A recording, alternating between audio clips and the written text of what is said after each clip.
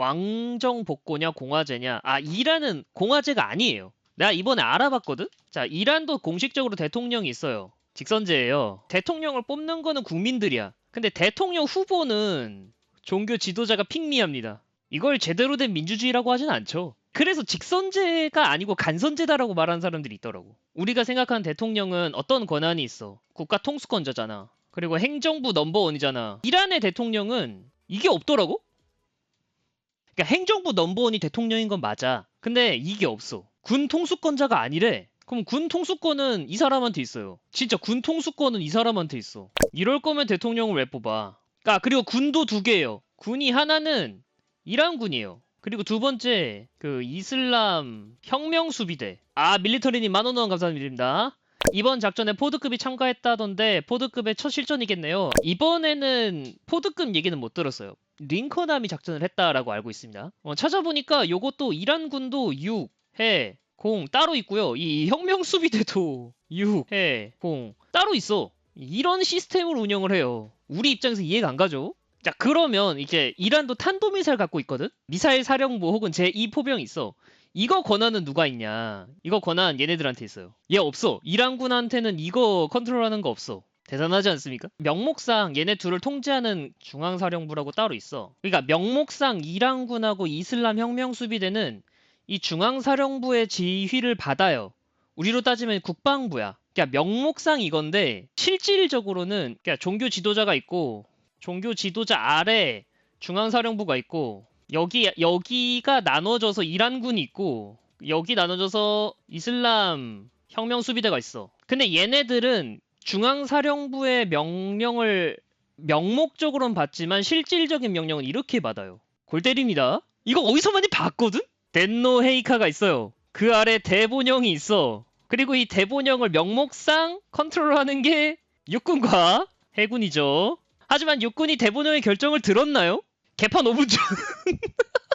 명목상은 대본영이 컨트롤하는 게 맞아. 하지만 관동군이 대본영 말 들었나요? 안 들었죠. 자, 육군이 대본영 말 들었나요? 안 들었습니다. 해군이 대본영 말 들었나요? 안 들었습니다. 우리 덴노헤카의 명령만 받아서 임무를 수행한다. 그러니까 이 대통령이 바지사장이라는 말이 괜히 있는 게 아니고요. 이번에 미국이 이란을 공습을 할 때 당연히 이제 지도자들을 죽이려고 참수작전을 펼친 거란 말이야. 근데 이 대통령은 그 리스트에 포함이 안 됐어요. 쓸모가 없어서 살았다라는 말도 되죠.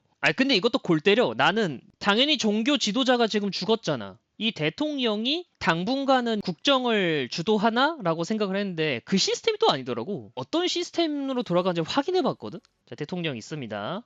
우리로 치면은 사법부 수장 이렇게 있고 율법학자가 있어요. 얘네들이 이제 공동 운영을 해요. 종교 지도자 선출은 어떻게 하냐? 전문가 회의라고 있어요. 이 전문가 회의는 어떤 사람들이냐? 88명의 하이템플러들. 고위성직자입니다. 그냥 드립 치려고 하이템플러라고 한 거예요. 이제 아야툴라라고 하더라고요.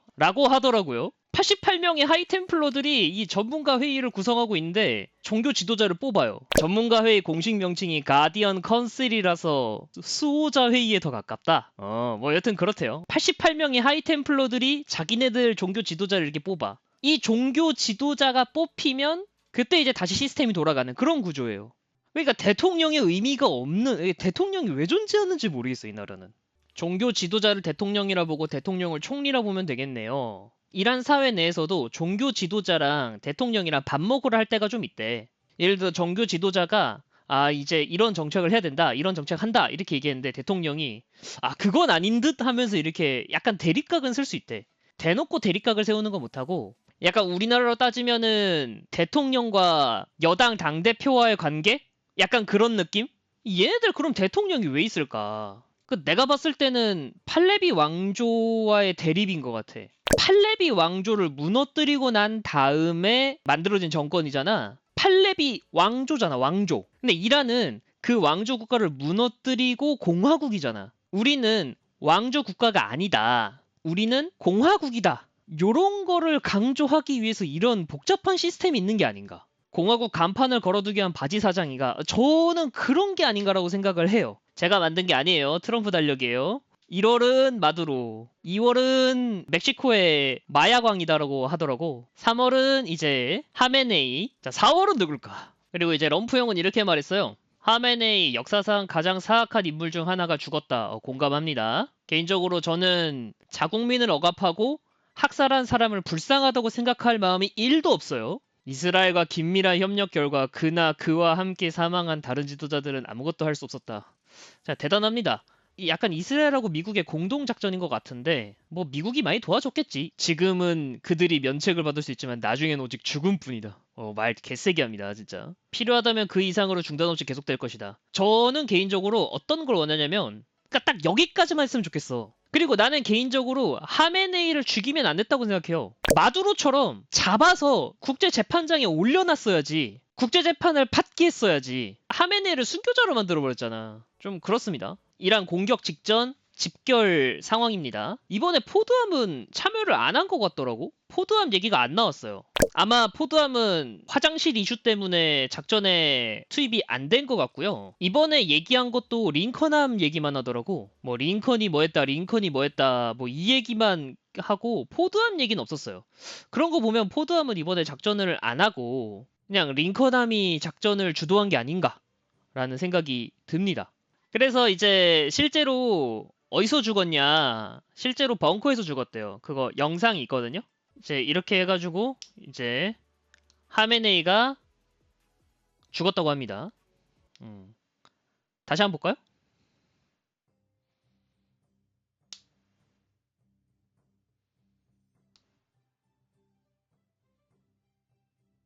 이게 터지고 난 다음에 뭔가 주변에 그 흙먼지들이 확 일어나잖아.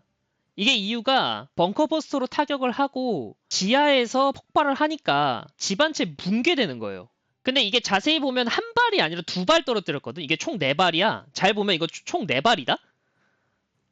그러니까 건물 여기 건물 여기 건물이 있는데 그 건물 하나당 두 발씩 떨어뜨린 거거든. 근데 되게 신기한 거는 여기 중앙 구멍 있잖아요. 이 구멍에 정확하게 떨어진다. 꽝. 그래서 지금 이렇게 나와요. 2초 만에 폭탄을 투하했다는데 2초는 아닌 것 같고 그거보다 짧은 것 같아. 그러니까 한 번 들어가서 한 번 들어가서 뚫고 그리고 두 번째 들어가서 폭발했단 소리야. 이게 상상이 잘 안 가면 여러분 그 탑건 매버릭 있잖아요. 거기서 그 작전한 거랑 똑같아. 그거 실제로 한 거예요. 첫 발은 지하 관통, 두 번째 발은 지하 내부 무력화가 목적입니다. 네, 맞아요. 아, 루카치님 5,000원 감사드립니다. 이번 폭격으로 사망한 이란 학생들이 가장 안타깝다. 저도 그거는 좀 안타까워요. 민간인들이 사망하는 건 항상 안타까운 일이죠. 벙커버스터의 관통 깊이거든요. 근데 이번에 미국이 사용한 벙커버스터가 아마도 GBU-24인 것 같아요. GBU-57이라기에는 화력이 너무 작아요. 근데 여기 GBU-57이 6,100cm, 그러니까 61m를 뚫는다고 돼 있잖아요. 현무5는 이거보다도 더 많이 들어갑니다. 이번 이란 공습 기준 재평가를 받은 게 두 가지가 있어요. 하나는 이제 여러분들도 다 아는 그런 재평가고요. 나머지 하나는 제 스스로 이거는 재평가할 만하다라고 생각이 든 게 하나가 있어요. 일단 첫 번째는 푸틴 재평가 받았습니다. 얘는 병신이 아니라 상병신이었구나. 그냥 병신인 줄 알았는데 더 병신이구나. 미국에 비하면 한낱 범부라는 걸 증명해 주잖아. 이게 첫 번째. 자, 두 번째는 뭐냐면 킬체인 구축이 쓸데없는 게 아니구나 라는 생각이 들어요. 킬체인은 미사일 기지를 타격하는 거예요 라고 이제 말하시는 분들이 있는데 이 킬체인의 타격 대상을 미사일이 아니라 김정은이라고 생각하면은 그거 똑같습니다. 애초에 현무5의 목표는 김정은이라니까? 뭐 하여튼 그래가지고 저는 개인적으로 킬체인을 좀 평가절하하는 편이었어요. 왜냐면 아무리 킬체인이라고 해도 기만 전술을 한다. 그러면 우리는 미사일만 날리는 꼴이 될 수도 있다. 두 번째로 킬체인이 아무리 빨라봤자 적이 미사일 쏘는 것보다 느리단 말이야. 그래가지고 이 킬체인이 과연 효과가 있을까? 라는 생각을 했단 말이에요. 근데 이번에 이란 공습하는 거 보고 킬체인 효과가 있다 라고 생각을 했습니다. 그리고 두 번째, 저는 개인적으로 김정은을 죽이면 안 된다 라고 생각을 했거든요. 왜 그런 거냐면 설령 김정은을 죽인다고 쳐 2인자든 3인자든 누군가가 나와가지고 이제 저항을 이어가겠지. 그럼 오히려 더 문제가 되는 거 아니냐. 머리를 잘라봤자 히드라 마냥 이제 머리가 두 개가 생긴다. 그러면 문제가 되지 않냐. 이것 때문에 저는 김정은을 죽이는 게 오히려 안 된다라고 생각한 사람이었거든요. 근데 이번에 이란 꼬라지 보니까 그래도 되는 것 같아. 이란 지금 지도자 죽으니까 바로 전이상실했잖아. 우리나라처럼 공화국이라는 시스템이 잘 갖춰진 나라에서 살다 보니까 당연히 다른 나라도 이제 그런 비슷한 현상이 일어나겠지라고 생각했는데 그게 아닌 거야. 그리고 권위주의 체제의 약점이 지도자가 한 명이 죽으면 그냥 진짜 모든 시스템이 셧다운. 이게 가장 큰 차이가 아닌가. 결론은 이거예요. 이 씨발 눈치 존나 잘 보네 이 새끼들. 진짜 눈치 존나 잘 봐. 여튼 그래서 이제 정은이 개인적으로 암살 좀 마렵긴 한데 정은이를 암살을 하고 북한 인민들을 해방시켜야 될 거 아니야. 결국 이제 내가 말하는 게 거의 북진에 가까운데 솔직히 좀 북진 마렵긴 하고요. 개인적으로 현실적으로 안 되는데 북진 좀 마렵긴 해. 정은이 하는 꼬라지 보면. 여튼 학살자가 죽어서 기분이 너무 좋고요. 학살자가 죽어서 기분이 매우 좋은 조종이면 개추고요. 5점 중에 4점 드리겠습니다. 만점은 뭐냐? 하메네를 체포해가지고 국제재판소에 기소를 하는 거야.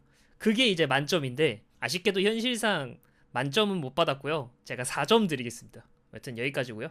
재밌게 보셨다면 좋아요하고 구독 그리고 알림 설정 멤버십 가입도 부탁드리고요.